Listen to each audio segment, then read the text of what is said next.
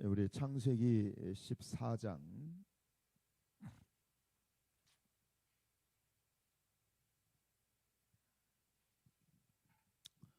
창세기 14장 함께 교도가십니다. 당시에 시날 왕 아므라벨과 엘라살 왕 아리옥과 엘람 왕 그돌라오멜과 고임 왕 디달이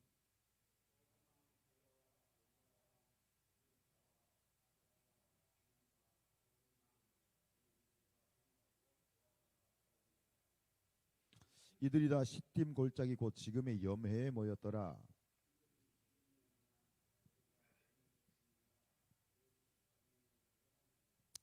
제 14년에 그돌라오멜과 그와 함께한 왕들이 나와서 아스트롯 가르나임에서 르바 족속을, 함에서 수수 족속을, 사회 기랴다임에서 엠 족속을 치고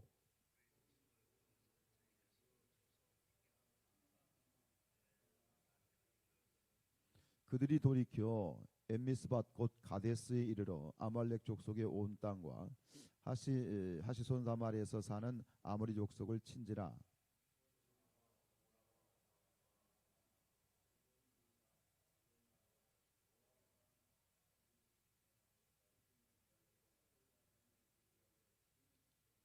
엘라망 그돌라오멜과 고이망 디달과 시나랑 아므라벨과 엘라사랑 아리옥 네 왕이 곧 그 다섯 왕과 맞서니라.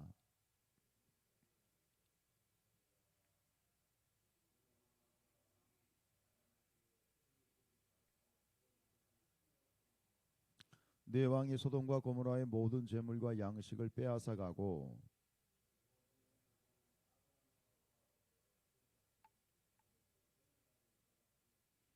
도망한 자가 와서 히브리 사람 아브라함에게 이르되 알리니 그때에 아브라함이 아모리 족속 마므레의 상수리 숲을 근처에 거주하였더라. 마므레의 에스골의 형제요 또 아넬의 형제라. 이들은 아브라함과 동맹한 사람들이더라.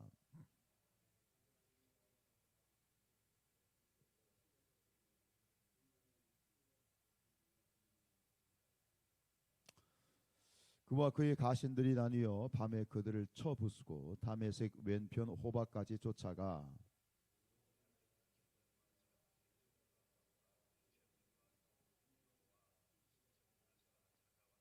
아브라함이 그돌라오멜과 그와 함께한 왕들을 쳐 부수고 돌아올 때에 소돔 왕이 사회 골짜기 곧 왕의 골짜기로 나와 그를 영접하였고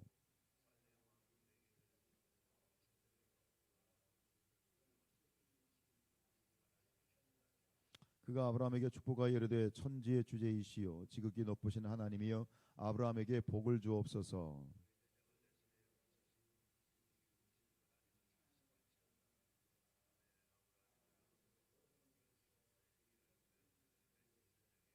소돔 왕이 아브라함에게 이르되 사람은 내게 보내고 물품은 네가 가지라.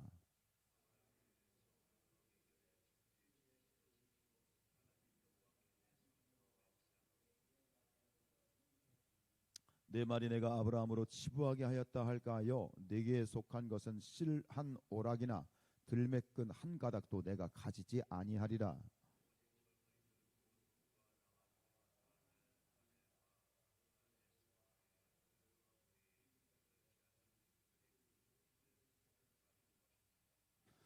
아멘. 네, 이 새벽에도 함께 기도하시는 모든 분들에게 하나님 은혜가 함께 하시길 축복합니다.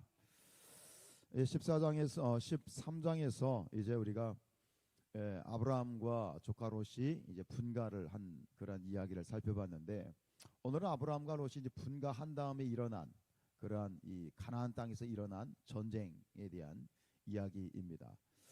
이제 이 가나안 북부 지역 이게 두 진영이 전쟁을 하게 되는데 가나안 땅, 가나안 북부에 있는 네 개의 이 나라가 뭐 나라라고 하기까지는 뭐 크지도 않은데 하여튼 그 네 개의 나라가 이제 동맹을 맺고 그리고 남쪽에 있는 나라 5개가 동맹을 맺어서 서로 싸우게 되는 거예요. 근데 이 전쟁을 하게 된 이유가 뭐냐면 원래 북부의 동맹군의 맹주였던 엘람 왕 그돌라의 오멜이 맹주예요. 그래서 남쪽에 있던 나라들이 그 북쪽에 있는 엘람 왕 그돌라오멜에게 뭐 조공을 드리고 이게 이제 속국처럼 그렇게 이제 섬겼단 말이죠. 그런데 그렇게 12년을 섬기다가 13년째 되는 해에 이 남부에 있는 나라들이 들고 일어난 거예요. 야, 우리가 더 이상 이러면 안 된다. 그래가지고 남쪽에 5개의 나라가 동맹을 일으켜서 이제 북쪽하고 그 조공을 안 들이고 이제 독립을 선언하니까 위에 있는 이 나라의 맹주의 입장에서 보면 괘씸하잖아. 이것들이 봐라. 그래가지고 위에 북부의 4개의 나라가 동맹을 맺고 밑에 남부에 있는 5개 동맹국과 이제 서로 전쟁을 하게 되는 거예요. 그 결과는 어떻게 끝났습니까? 예, 남쪽에 있는 5개 동맹이 참패를 했어요. 괜히 일어났다. 그래가지고 결국은 참패를 하게 되는 그런 결과를 끝이 나는 이야기인데, 근데 문제는 왜 지금 우리가 이 이야기를 거론을 하는 겁니까? 예, 그 남쪽의 5개 동맹국 중에 어느 나라가 있냐면 소돔이 있는 거예요.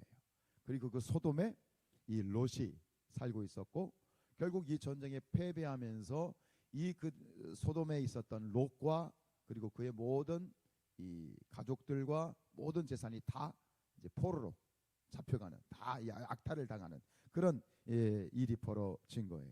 이 사실을 알고 아브라함이 조카 롯에게 이런 일이 발생한 것을 알고 아브라함이 어떻게 합니까? 즉시 자기가 데리고 있던 가신들 318명을 데리고 북부 동맹을 쳐 들어가는 거예요. 318명. 기드온의 300용사가 생각날 정도로 그 318명의 가신들을 데리고 가서 북부 동맹을 쳐 부수고, 그리고 잡혀 있던 그 조카와 그리고 모든 재산을 다 가지고 이제 다시 돌아오는 그런 이야기가 오늘 14장의 이야기인데, 오늘 이 이야기를 통해서 우리에게 2가지 교훈을 한번 같이 나누기를 원합니다. 첫 번째는 세상을 쫓는 자는 결국 세상과 함께 멸망하게 된다라고 하는 것입니다. 어제 우리가 봤던 것처럼 이 롯과 아브라함이 분가할 때에 롯이 선택한 건 뭐예요? 자기 눈에 좋게 보이는 것, 견물생심이라고 자기 눈에 좋게 보이는 안목의 정욕을 따라서 결국은 선택한 것이 저 소돔, 고모라, 소알 땅이었던 것이죠. 결국 그 땅, 그가 선택한 그 결과가 뭐예요? 멸망이거든요. 여러분, 이미 앞에서 13장 13절에서 이야기한 건 뭐냐면, 그 땅이, 소돔 사람들은 하나님 앞에 악하여 큰 죄인들이었다라고 분명히 기록하고 있어요. 그 소돔 땅이 타락하고 그 땅이 정말 하나님 보시기에 악한 그런 땅, 그런 사람들이었다는 것을 이 롯이 몰랐을까요? 알았을까요? 여러분 어떻게 생각하십니까? 전혀 모르고 그 땅에 갔을까요? 저는 아니라고 생각해요. 그 땅을 주목했을 때 그 땅에 어떤 사람들이 살지, 그 땅에 어떤 그런 문화가 있는지 이 롯은 이미 알고 있었을 거예요. 그러나 보암직도 하고 먹음직도 하고 지혜롭게 할 만큼 탐스러워 보이는 그런 그 땅을 보면서 삼촌에 대한 의리, 하나님에 대한 믿음, 그런 아무런 의미가 없는 거예요. 그러니까 내 눈에 보이는 그것을 육신의 안목의 정욕을 따라서 그냥 그 땅을 갖고, 그 결과는 결국 이러한 전혀 생각하지 못했던 그냥 앞으로 쭉쭉쭉 그냥 모든 것이 태평성대 같이 될 거라고 생각했던 그 일순간에 갑자기 이런 말도 안 되는 전쟁이 일어나서 결국 모든 것이 멸망하게 되어지는 그런 결과를 초래했죠. 여러분, 분명히 이처럼 세상을 쫓는 자들, 안목의 정욕을 쫓고 육신의 정욕을 쫓고 하나님을 거부하는 자들은 결국 마침내 세상과 함께 멸망할 때가 옵니다. 이것이 성경이 우리에게 가르치고 있는 중요한 진리 중에 하나이지요. 여러분, 이 세상이 언제인지는 모르지만 이 세상의 마지막 종말의 때가 옵니다. 인정하십니까? 예수께서 이 땅에 재림하시는 날, 그 마지막 종말의 날이 우리에게 분명히 온다는 것이죠. 그 예수께서 재림하시고 이 땅에 새 하늘과 새 땅이 세워지는 그날, 그날에 믿는 자, 그날은 믿는 자들에게는 구원의 날이지만 믿지 않는 자들에게는 그날이 무슨 말이에요? 심판의 날이고 멸망의 날인 거예요. 마태복음 24장 21절에 이렇게 말씀하십니다. 이는 그때의 환란이 큰 환란이 있겠습니다. 창세로부터 지금까지 이런 환란이 없었고 후에도 없으리라. 노아의 홍수요? 아니요. 분명히 말씀하고 있잖아요. 창세로부터 지금까지 이런 환란이 없었고 후에도 없으리라. 역사상 존재할 수 있는 가장 큰 환란이 예수님의 재림의 때에 임할 것이다. 7년 대환란이 임할 것이다. 성경 아니 예수님께서 직접 당신의 입으로 우리에게 말씀을 하셨어요. 그러나 그 대환란의 날 우리는 걱정할 것이 없습니다. 믿음으로 예수 그리스도를 믿고 하나님을 의지하고 하나님을 따라가는 자들에게는, 모든 성도들에게는 그날이 심판의 날과 멸망의 날이 아니라 우리에게는 그날이 구원의 날이다. 그 예수 그리스도와 함께 왕노릇하게 되리라. 그래서 마태복음 24장 42절에서 주님이 말씀하십니다. 그러므로 깨어 있으라. 어느 날에 너희 주가 임할는지 너희가 알지 못함이니라. 여러분, 하나님을 좇는 자들은 이미 승리하였습니다. 그리고 마침내 승리할 것입니다. 사랑하는 여러분, 여러분들은 아니 우리는 이미 승리한 자들이에요. 그리고 마침내 승리할 것입니다. 왜요? 하나님을 의지하기 때문에. 하나님을 믿는 자들에게 주시는 영원한 약속이고 영원한 소망이지요. 아브라함은 롯이 사로잡혀 갔다는 이야기를 듣고 지체하지 않고 즉시 318명의 가신들을 이끌고 북부 동맹군을 쳐들어 갑니다. 그리고 밤에 조용히 기습 작전을 펼치는 거예요. 모두 잠든 그 시간에 쳐들어가서 결국 이 북부 동맹군을 쳐 부수게 되는데, 한번 이 말씀을 우리가 상상을 해봐요. 여러분, 지금 318명이에요. 근데 이 북부 동맹군이 과연 몇 명이나 되었을까요? 몇 명이나 되었을까요? 수백 명이었을까요? 동맹군이 아마 적어도 수천 명은 되지 않았을까요? 예, 동맹. 그리고 이미 남부 5개의 동맹군을 무찌를 정도로 그들이 가지고 있는 어떤 객관적인 전쟁의 이 상황은, 그들의 어떤 전략적인 상황은 객관적인 상황이 굉장히 아주 인정이 되고 증명이 된 그런 막강한 그런 사람들이에요. 그런 군대예요. 근데 그런 수천 명의 군대를 지금 몇 명 가지고 가서 이겼다고요? 318명이에요. 사실 이건 객관적으로 봤을 때 사실은 이게 말이 안 되는 그런 게임일 수 있습니다. 절대적인 열세였어요. 이건 계란으로 바위치기와 같은 그런 상황일 수 있어요. 그러나 여러분, 아브라함이 결국 이 전쟁 318명의 가신들을 데리고 북부동맹을 쳐 들어갈 때, 아브라함이 이미 올라갈 때 아브라함은 무엇을 믿고 올라갔을까요? 318명이면 돼. 318명의 가신들을 믿었을까요? 아니면은 우리가 밤에 이렇게 해가지고 기습작전을 펼치면 저들이 차다가 꼼짝없이 기드온의 300용사처럼 그렇게 저들이 막 우리가 이길 수 있어. 이 아브라함이 짜낸 그런 기습작전 전략이었을까요? 아니요. 오늘 말씀을 결론을 보면 그렇습니다. 아브라함이 확신을 가지고 믿음으로 간 건 뭐예요? 하나님이 함께 하신다 라는 믿음이에요.